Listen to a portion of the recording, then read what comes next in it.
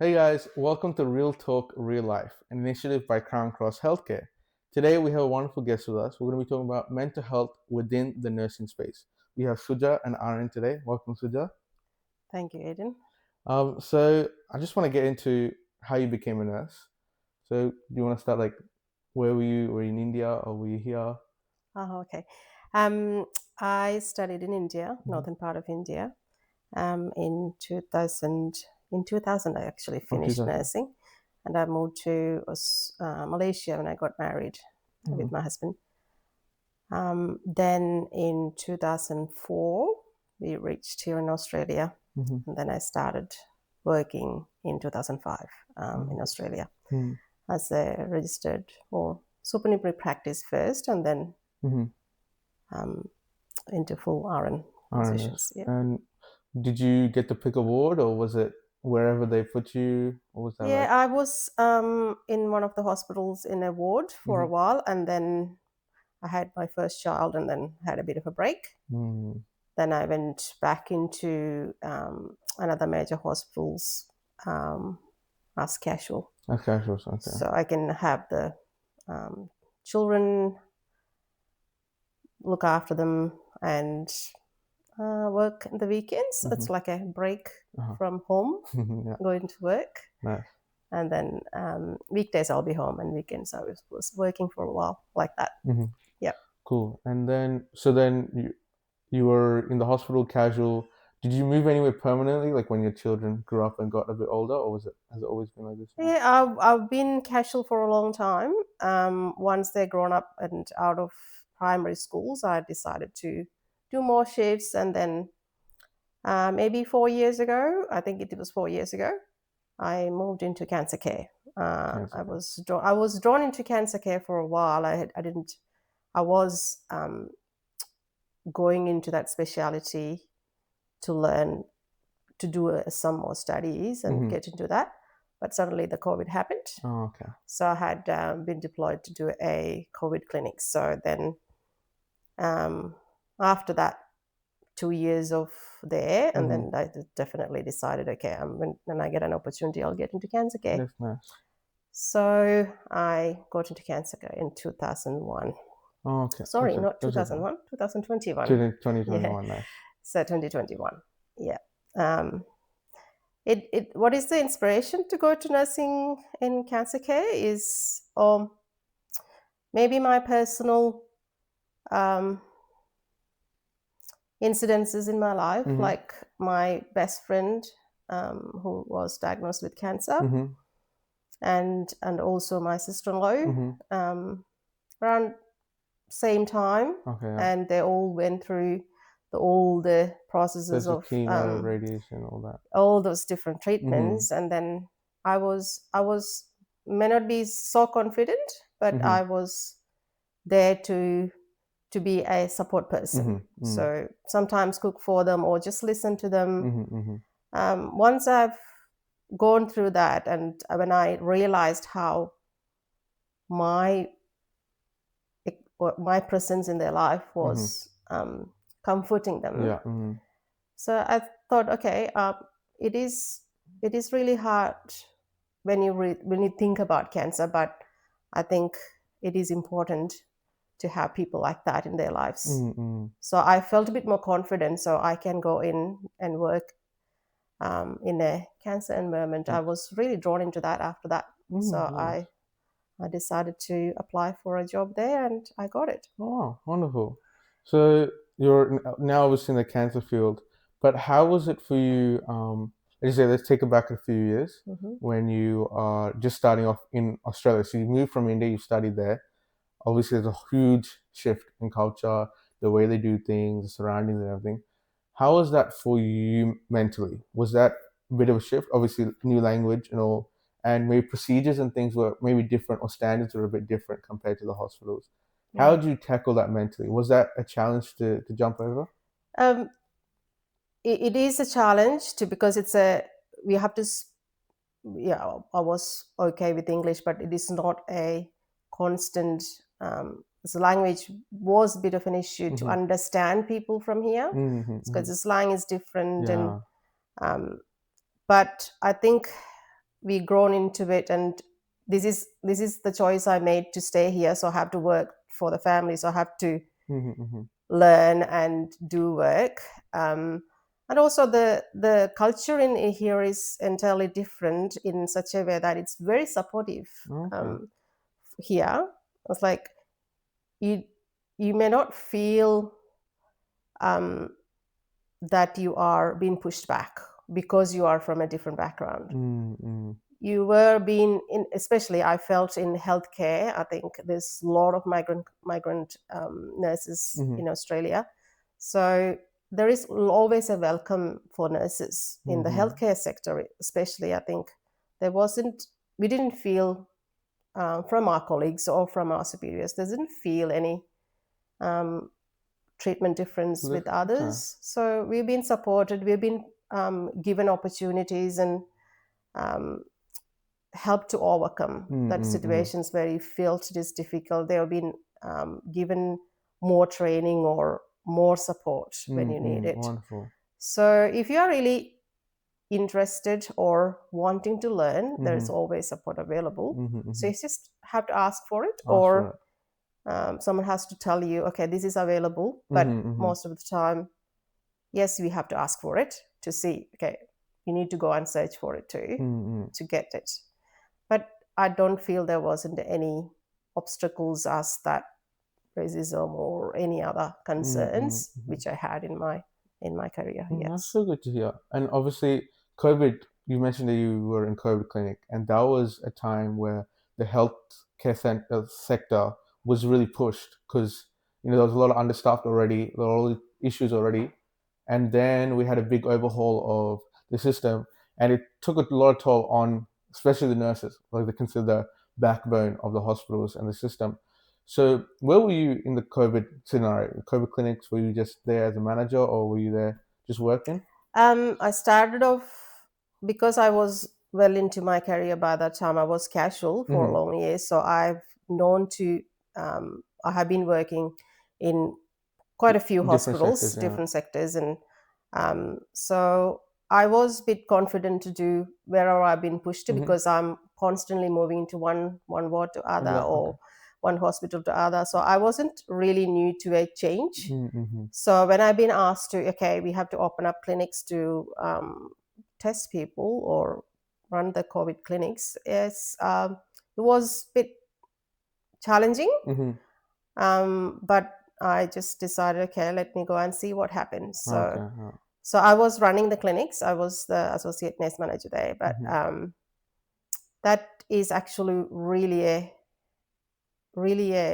uh, really hard job. It's a really challenging job at that time Mm-hmm. because of the stresses of the people, mainly Mm-hmm. because there's a huge amount of not knowing what is this, or what is going to happen to them if they get. So there was a lot of unknowns at the start. Mm-hmm. Mm-hmm. So people were panicking, Yeah. they were upset and angry. Um, so that was on us. It may Mm-hmm. not be what we did or what we didn't do. It Yeah. was mainly because they were upset about the whole situation. They can't get out, they can't Mm-hmm. do this, or there's a lot of restrictions. And then when they come out, they have to wait for things, and that makes people frustrated. Mm-hmm. So that sometimes they put it on us. Us. That's Mm-hmm. so that's quite a bit of uh, safety and also verbal aggression Mm-hmm. the nurses faced Yeah. at that time. But I think as a manager, we had, or as an organization, we had a lot of things in place Mm-hmm. to help us to run it okay. But there Okay. was challenges still. There was a lot of help. There are days I stayed long hours Mm. to get through the number of people come through, and it all takes a toll on your mental health because you are constantly in go mode, Mm-hmm. that because of the either the staff, there's a lot of staff members to handle, there's food and water, because it's outdoors Oh mainly. yeah. Yeah. It is a lot of heat when it was summer, Mm. it was raining sometimes, all these physical or the weather challenges as well. So it's a lot of things to manage and think about, Mm-hmm. and we have to make the staff safe.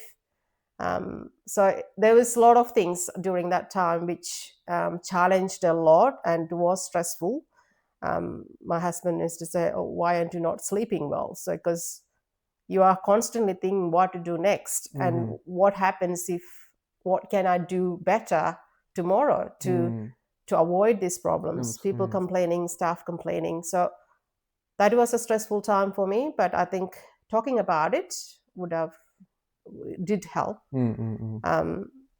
It's not as a complaint or thing, but just venting it out to someone, or just someone to listen to, or have someone to listen to. So I think either in first situation or in the COVID situation, I think having someone to talk to is always the help for me you, yeah. to get through that stress situations. I think, yeah. So obviously you mentioned all the weather challenges, and obviously that will bring about a lot of the term I find is burnout. So you'll be always in the go mode, like you said, and then there'll be a time where it's like a crash, almost where you push so hard that your body kind of give up. So were there any signs of that, and how did you push through that? Even though obviously you had to go through patients, you had to go through the longer hours. What was it you do other than venting as well, like to someone coming to talk to? We do have to escalate issues because there's we are not the only one who is going through it. So we have to really escalate. If you can't cope, you have to escalate and tell them, okay, I can't do this, or we need to have a break. So there is always help or support available. Sometimes it's hard to get, but you still have to ask. You have to have that. You have to set your limit. Okay, this is what I can handle. Anything more, I'm going to not be handling it well, and the situation will not be in my control, and I can get emotional and upset, and then it can affect other people around me. So you have to understand your limits, and then you have to ask for help. I think that is very important in any mental health scenario. It's your confidence to ask for help. So you will ask for help only you feel like, yes, there is someone is listening to you and they are willing to help you. If they are not, okay, it's okay, you will get over it, just come to work again tomorrow, then you will lose that confidence in them that they're not going to support me when I'm crushed. So how I'm going to work again into that same scenario. So I think more, you have to have that confidence in yourself, and also know your limits. At the same time, you have to have the confidence in the people above or your managers to see that they will listen to you. So the culture should be a very good one, which is listening to each other and understanding your limits. That will make it really good for mental health for any nurse. Yeah. So we looked into like stress and burnout. So 2021, you got into the cancer side of things. What did initially we've looked into the employee side of things. So as a nurse, you're working what services they provide as an organization. How do you deal with it? You worked into the cancer side of things due to like personal things that happened in your life with different friends and family. What did the mental health side of things look for patients in that time? So in that area, sorry. So within the oncology ward or within that wherever you're working, what was the support that patients got? Because obviously it's a very tough time because it could lead to even worse consequences. So was there anything provided for patients, or what did that look like? Okay. Yes, as a oncology nurse, I would proudly say yes, there is a lot of support available for the patients when I understand really well that it is a really life-changing situation for them. So it is very emotional, very anxious, anxiety-filled. Most of the people distressed. So we do have comprehensive care that is physical, emotional, mental, social, and spiritual aspects of care has to be provided for everyone. Yeah. So there is an assessment when they first diagnose that what are the support services they need to have to assessing all these sections of their life, to what are the supports they need, what are the physical struggles they have now, and what we have to do about it, and then what are the emotional problems and social problems they have. What is there any transport issues? Is there any financial issues? There's lot of things, the life is changing because there's a diagnosis, then there's treatment, different processes of it. It's a long process, so Mm-hmm. they need to get through it. So we assess all of it, and then also mental health problems, how distressed they are. Is it, some people are very good at managing their stress levels, Mm-hmm. but some are not. So we just have to ask them the questions in a such a way that we can assess in a really well way, and then we'll refer them to either social work or counseling, or if it is a really stressful situation, or according to their distress level, we even send to oncology. Mm-hmm. So they have been given referrals, but there is a hold or waiting list, kind of like it won't be an immediate, but there is other support services Okay. outside Mm-hmm. the same organization. There is cancer councils, Victorian Cancer Council, and other specific organizations which they run Mm-hmm. to help and support patients. Mm-hmm. So we do have to refer to them Mm-hmm. and Okay. give them the information. Okay, these are the support services available. You have to have the consent of the patient to refer to them. Mm-hmm. You have to ask them, okay, this is what we can provide you. Are you willing to take that? Some of them, many of them will take. Many of them is just a start, and then once they know what's going to happen, I think they're quite settled. Mm-hmm. So it is just that it is our responsibility at nurses who look after the patients to assess them clearly and really well, so we Mm-hmm. can refer them to further care and support services, which they can get more support. Mm-hmm. They do find it's really helping them mentally when they come to us, and because they come to us during part of their treatment quite Mm-hmm. frequently. Mm-hmm. So during that time, they feel it's more comfortable because they can come and talk to us, and we have A familiar face yeah, every it's time a they come. facet time. So that is good, but it's also important that after that Mm-hmm. prime part of treatment, when they are either in recession or remission, or not having treatment for a Okay. while, Mm-hmm. um, need to still have that Contact. contact and support. So that's where we, at the start and also at the final time of their treatment, we do have another assessment and Okay. further referrals. Mm-hmm. So that there is support a lot available. It's just that many times people feel uncomfortable or feel like, okay, what if I ask for help? That the others feel I'm not Strong enough. capable or Yeah. strong enough to Mm-hmm. go through this. And um, there is sometimes a dilemma, but I Mm-hmm. think many people have a lot of family support. So if you Mm-hmm. have a good family and friends circle, Yeah. and they are very good at helping out and talking about things, I Mm-hmm. think that helps them a lot. There are a lot of patients who say that. Mm-hmm. There's a family and friends around they can talk to and share things. Mm-hmm.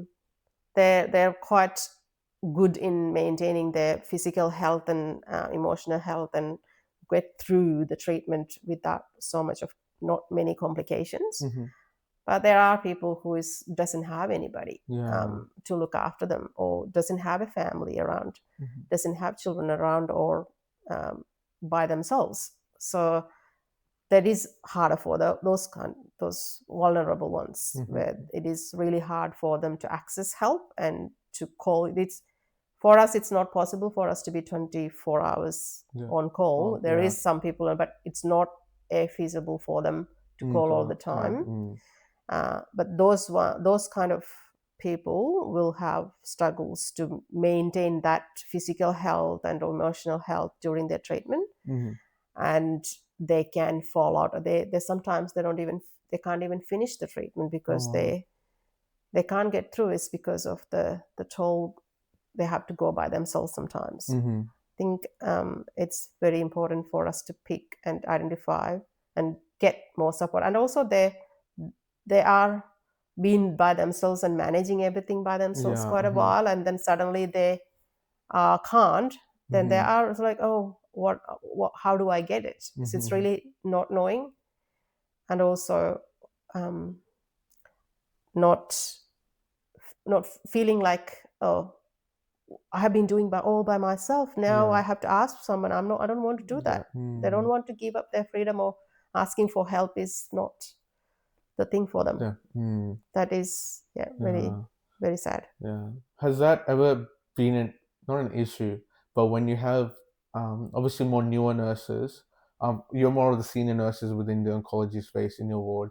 So would you say that when you have more newer nurses or people just come into the ward, it was harder for them to deal with certain aspects of the job? So seeing patients coming day in, day out, coming for treatment, and then seeing how they are. Was there ever a moment where a nurse felt so overwhelmed from seeing the patients how they are, and how did they deal with it, or how did you guys as a team, a community, deal with that as an issue? Yes, there is always a chance, or people cannot handle um, patients, though they connect so much to the patient scenarios, or Yeah. talk, and then, oh, it's a sad situation, or really emotionally affected by it. Mm-hmm. um, uh, but I think most of the people who select oncology, Yeah. I think they do have a bit of an understanding. Oncology is a hard space to work, Mm-hmm. because you've got connection, and they know the uncertainty of the future, or there is sort of certainty nowadays. There's a lot of different treatments, and Mm-hmm. there's there are always better chances and good care Mm-hmm. nowadays.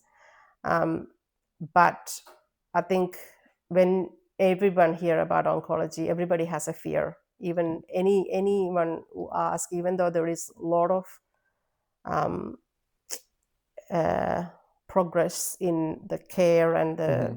the medications and everything, um, I think there is still a fear in people about it. So Mm-hmm. when they don't come just because there's a lot of grads coming out every Yeah, that's year, right. but I don't think many are choosing oncology because they're Mm. still, oh God, how am I going to handle this? Yeah. Because I Mm. want to see these people, I'm going to treat them Mm-hmm. in Mm-hmm. and out. Yeah. So sometimes there are people Mm-hmm. emotionally get upset after a busy shift of seeing all this. It's mostly because of the amount of things they have to arrange, and the physical workload, or Mm-hmm. not physical, the emotional workload they have. They Mm-hmm. have to assess the patients, identify any problems, and then have to make sure that everything is correct for Yeah. them. And then the your brain is on all the time, Mm-hmm. and you can't switch Off. off while you're working. And it takes a toll after, if you're continuously working, if you don't have any mechanisms to relax, or Yeah. Mm-hmm. to get rid of that stress levels. I think there are people who have seen maybe a couple of people who emotionally break down after their huge or busy shift. Mm-hmm. Mm-hmm. Um, Mainly, we give them some space first. Yeah. So ask them to, okay, if you're not feeling great, just go home and rest up. And then when you're ready to talk about it, we are always here. Just come and talk to us about it. Mm-hmm. And there are well-being services and services available. And as an organization, it's as per the rule and regulations, there is a lot of well-being services available in any organization. So Yeah. you have to guide them towards that services. Mm-hmm. Or if they just want to talk, non-judgmental person to listen. Just Mm. they just wanted to um, li- have So, someone to listen literally. Mm-hmm. without judging them. So they're Mm-hmm. not feeling that they're very weak, they can't work here, they Mm-hmm. can't Mm-hmm. deal with the issues. Not thinking like that. Yeah. Just they had a bad day, they just want to talk about it. Just non-judgmental listening ears. Mm-hmm. That is many times that's all they need. Mm-hmm. Yeah. Sometimes they need more help. Very difficult situation, like any errors or any difficult deaths or traumas or things like that. They probably need some more help, where Mm-hmm. we refer them or send them to the wellbeing services, and they can provide counseling services and free services, I think. Yes, it is free services for the employees. So they just need to take access those Access to ones. some. Yeah, it's Yeah. always self-available. Yeah. Yeah, that sounds. It sounds like there's something there, which is great to hear. You mentioned grad nurses. What would you say a tip for new upcoming nurses, grad nurses, something that you've gotten from your long career that you would like to give out to all these grad nurses, something that they can take in when they're finishing all third years, second years, they're finishing their studies, they're getting into the workforce, they have to be accountable for certain things. What's something you would like to tell them? Okay. I'd love to have new nurses come out because they're fresh in their head, and then they're willing to take up a lot of their, like, same as we talk about kids, it's like sponges. They just absorb things, which is really good to see. So I want them to be proud of themselves. They're working in a very difficult scenarios and for the life of people. So even the mere presence of them give the other people, the person, a lot of confidence and comfort. So you have to be very proud to be there, and as a nurse, to be there for them. So I want them to take pride in their work. And then to be very good in their knowledge, attain knowledge from wherever they can, put more time and effort into attaining more knowledge about whichever field they are going into, wherever they are working. So knowledge is that gives them the confidence that, okay, and look into policies and procedures and learn from others. So they have that confidence in themselves. Okay, what I'm doing is, I know what I'm doing. It is not just, I think it will work. No, I know what I'm going to do. This is what is research told me, and this is the evidence-based practice I'm doing. So this is how it's. So that confidence in yourself will give confidence to your patients. So when you talk, if you show that what you're saying is right and you're confident in it, the patients or the people will listen to you and will have confidence in you. That will, because the patients should have confidence in you, otherwise they won't feel comfortable with you. Unless they feel comfortable, they are not really taking in the care. Whatever you're giving is just not a chore. There is a spirit in it, and also there is a lot of love and care in it. Yeah. So attain the knowledge as much as you can. There's a lot of knowledge available wherever you are. So you have to find time to do it. Don't think that, oh, I have to study, I have to be given time at study at work, so I should be studying only at work. No, you have to have a professional development plan to have your own time to study more. So that will give you a bit more confidence in what you're doing. And then emotionally, to support yourselves, is when you come into scenarios where you think it is stressful or can lead into mental health difficult situations or mentally difficult situations, have someone in your life, or have confidence in have good friends which you can talk to, have someone who would listen to you, or find someone even at work who is seniors to you, can mentor you and talk to them, who can give you guidance to help to manage these scenarios or situations where you feel like anxious and upset and things like that. And also, it is a culture of different departments where you are. Are you really a culture where you actually will give support, not judged on there? So there is a lot of. I've done a lot of studies, and also with helping out, because I'm